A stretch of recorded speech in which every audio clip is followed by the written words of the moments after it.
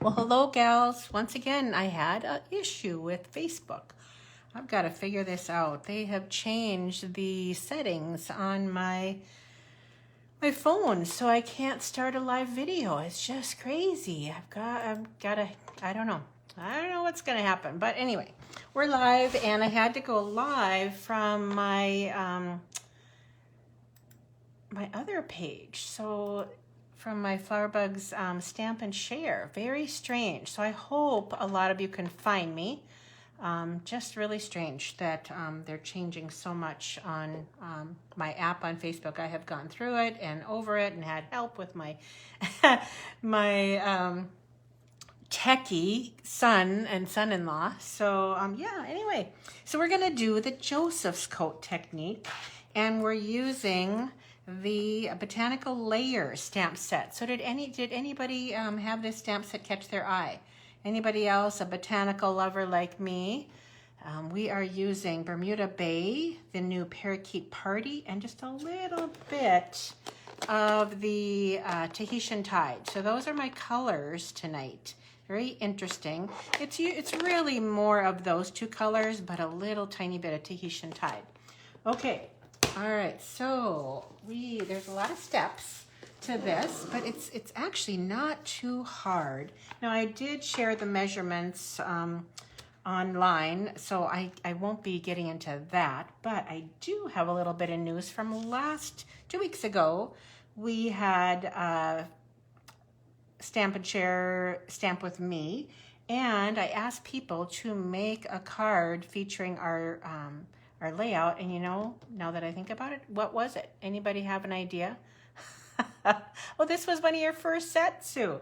I can't remember what the other technique was that we used that I asked you to share. And gosh, I apologize, but I do know I drew the names, and Trina Chaska won the drawing for a free embellishment for sharing her card by last night. So for those of you who want to share a Joseph's coat technique, you have until June 12th to share any card using a Joseph's coat technique. Does not have to be this layout at all, just a Joseph's coat technique. Okay, so how do we make this technique? I'm going to share how, and I'm going to stick with the same colors. I was really tempted. Where are my pieces? Oh gosh, I had them all ready. Hold on a second.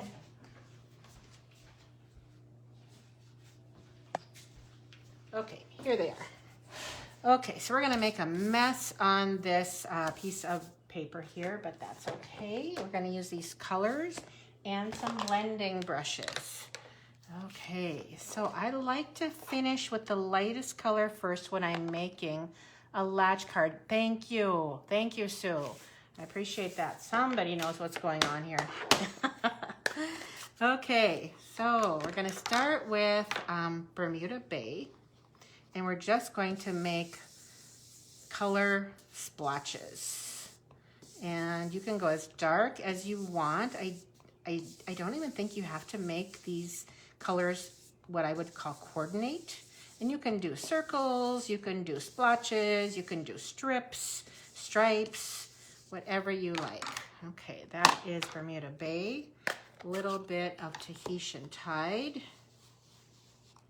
And I prefer to start off the paper a little bit, but this isn't as important because I'm really not trying too hard to be what I would call blended and smooth and perfect. We just want some various colors. And I want to leave some room for the Parakeet Party. What do you mean, Katie? A completely different way?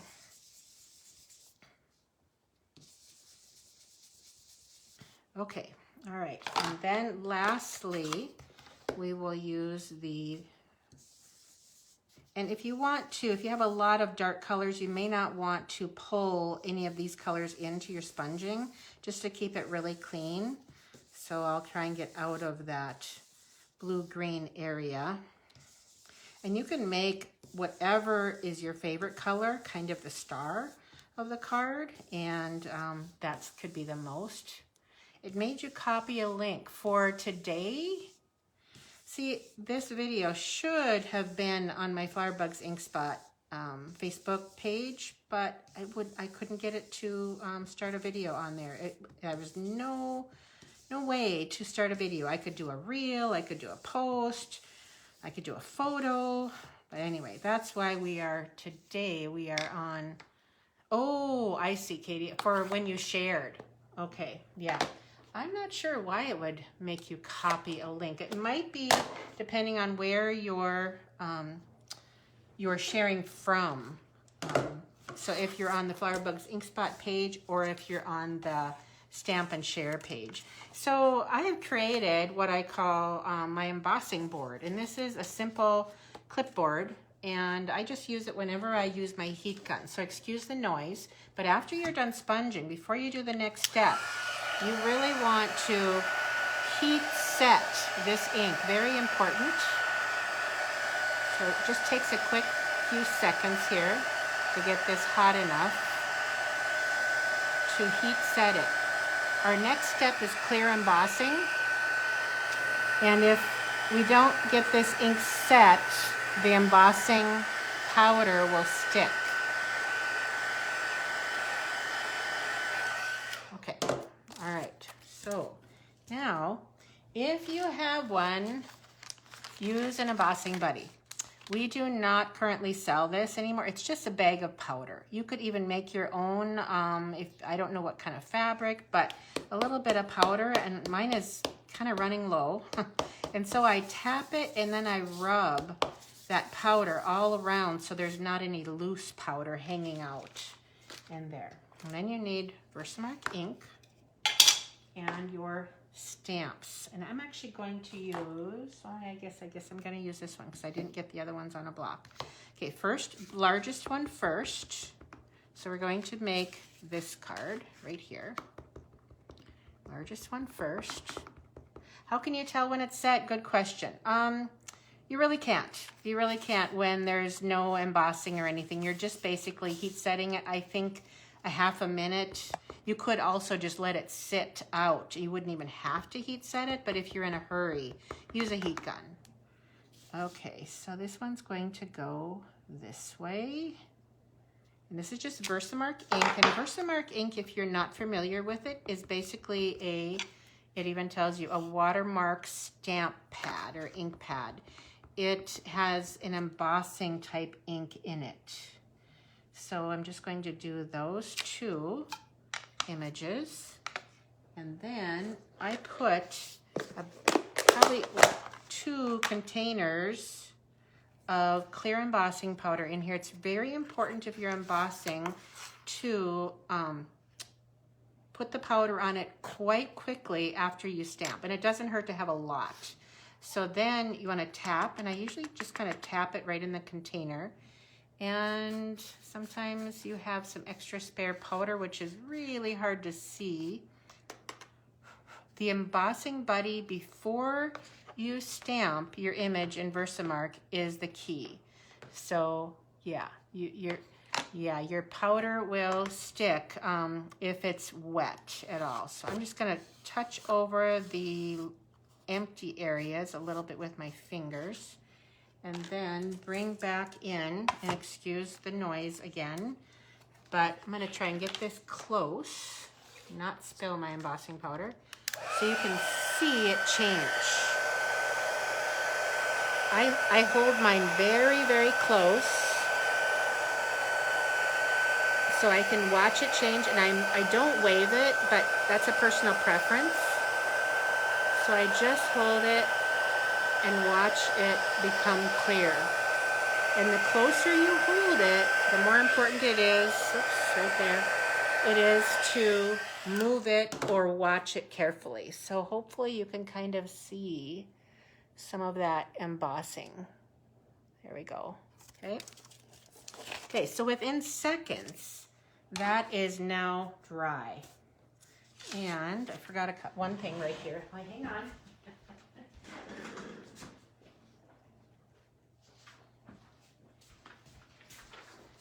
Okay, so I'm going to get a scrap paper because I'm going to make quite a mess here and lay that embossed piece. And I got some tissues, and you can see these have been used for ink. All right. Okay, so now you want to have a dark colored ink pad. Yes, Ed did just use clear powder. Thank you. Yeah, hi, Annette. Good to see you on. I haven't seen you on for a while. So, as you can see, this is sponge and color, heat embossed with a kind of a solid image. That's fairly important to use a solid image. Oh, I did forget something. Okay, I'm going to use my embossing putty again. We're going to do one more little bit of embossing because see those flowers on there? I forgot about those. So I'll get my Versamark. I want to add a little bit more into this project. So ink those flowers in the powder.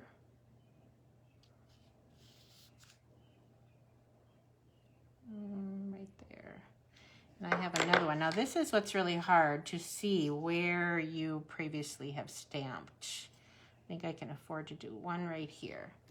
All right, bring back in. I'm sorry, this is kind of a two-step embossing because of those little flowers. You could do it all at once, but I can't always see until I heat emboss where my leaves are. Okay, and I still can hardly even see this. Now, one of the reasons that I use this tinfoil wrapped board is so I don't burn my fingers as I'm holding it. So once again, we're just going to emboss those flowers because they will show up once we do the next step.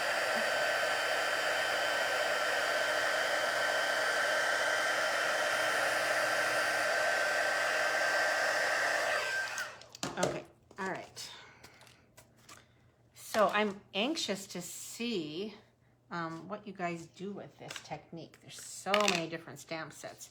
Okay, so you can use any dark ink you want, but I do encourage you to use dark. A medium might be okay, but black really sets it off. And so that's what my preference is because I love black with a pop of color. So you're gonna take that ink pad and rub it all over this. And you're probably thinking, no, don't do it, don't do it. Oh yeah, it's perfectly fine. So this is where I bring in a tissue because I don't want to touch that. I'll get my fingers all black and inked. So I'm pressing very hard, trying to get in all the crevices of this. And you can tap, you can rub, you can press. You want it totally black. You can always add more.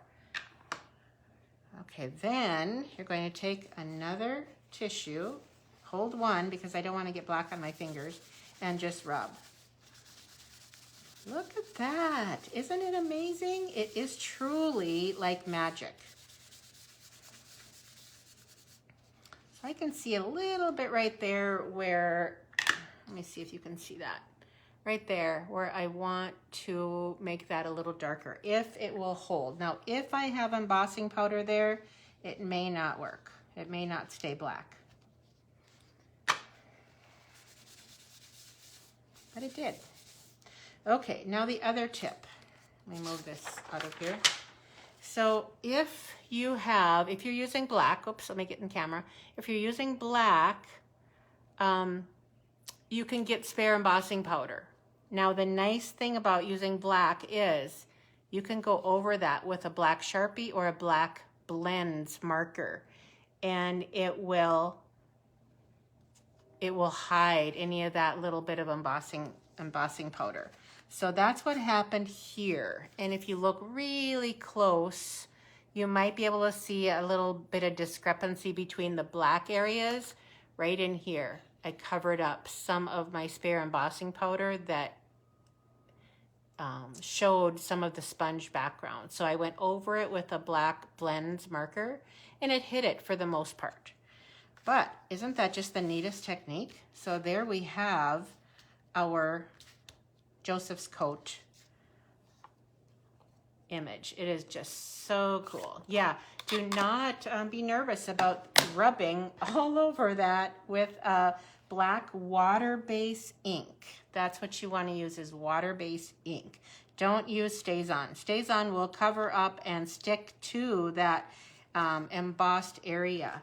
Totally. You will not have any of the color show through. It has to be water-based or dye-based ink. Okay, so I'm going to ink up this Thinking of You from the stamp set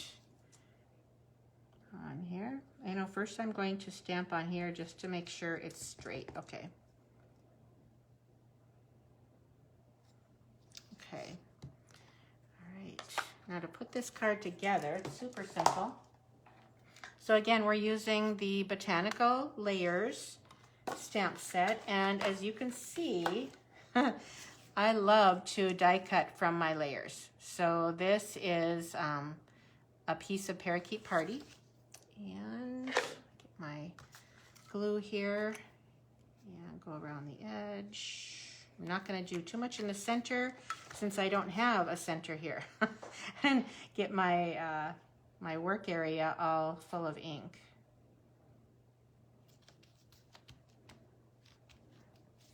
Okay, I can see I cut this a little bit off, so I'm going to bring in my paper trimmer and just trim that off a hair. Just a little bit. Oh, that wasn't enough. I could feel it. Okay, that looks better, except now I have a hairy edge. I went too close, so I'll just trim that. Okay, all right. So let me show you another trick that I like to use when I do cards with, what do you call it? Embossing, oh gosh, designer paper. Because when I'm doing swaps or large bunches of cards, I will just use 2 pieces. It is not important to have the entire underneath this piece full of designer paper that nobody's going to see. So I'm a little frugal, I guess you'd call it. And I can see already that that part is way too low. So I'm just gonna wipe some of that up. And I will likely use my adhesive remover to get rid of the rest of that right there. And let me turn it your way so you can see this. So how many of you die cut or punch from the center of your pieces? I think it's just super easy way to, I didn't have to look for a scrap or anything. It's not so much being frugal, it's just really simple to do, to grab use it from the inside of your layers like that. Okay, and then for some reason I just like to cover up stems. I just think that it looks good if you cover up stems. Now, there we go. Here's my little piece that's gonna go right there. And this little die is from the All That Dies. It's in the masculine set that coordinates with He's All That. So that is where this cute little oval is amongst those dies. Yeah, it does save a lot of paper, I think. I think it's a smart way to go. I'm all about using your product to the best of its ability. Okay, now this should probably be centered. Nope, not quite. A little bit over here. How's that? And then for the center, I am using the In Color Gems. You do too, Susan. Awesome. Oh, by the way, Susan, we sent out your, let's see, your designer paper share today. So, or is it tomorrow? No, it went out today. It did go out today. So these are the In Color Gems that you can use. And I think I'm going to use a combination of the, oh, it's not wanting to stick, of the Parakeet Party and the Tahitian Tide. on this larger flower. There you go. I didn't do this one, but it's the same idea. I did stamp it twice, once high and then once with just a little bit of this top image right here. So it made it a little bit wider than you see. So this is all the one image, and then this is the top of that image right there. So with a little twist, I twisted it quite a bit.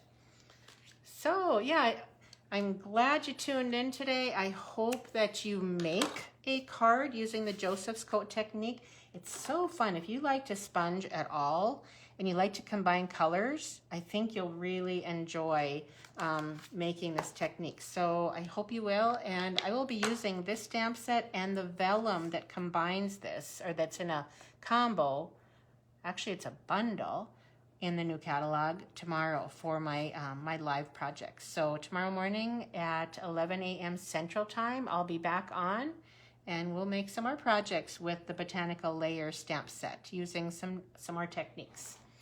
All right, I think that's it for tonight. If anybody needs anything, here's my host code. If you need any kits or glue stands or tutorials, I do still have a few of my Hues of Happiness kits and the Hope Box kits. So if you're interested in those, you can see them right on my shop right here. So they're while supplies last. Yeah, so let me see. I think my camera is just a little bit crooked, but all right, you get the gist, and I hope to see the rest of you tomorrow. Thank you so much for joining me. Okay, bye-bye.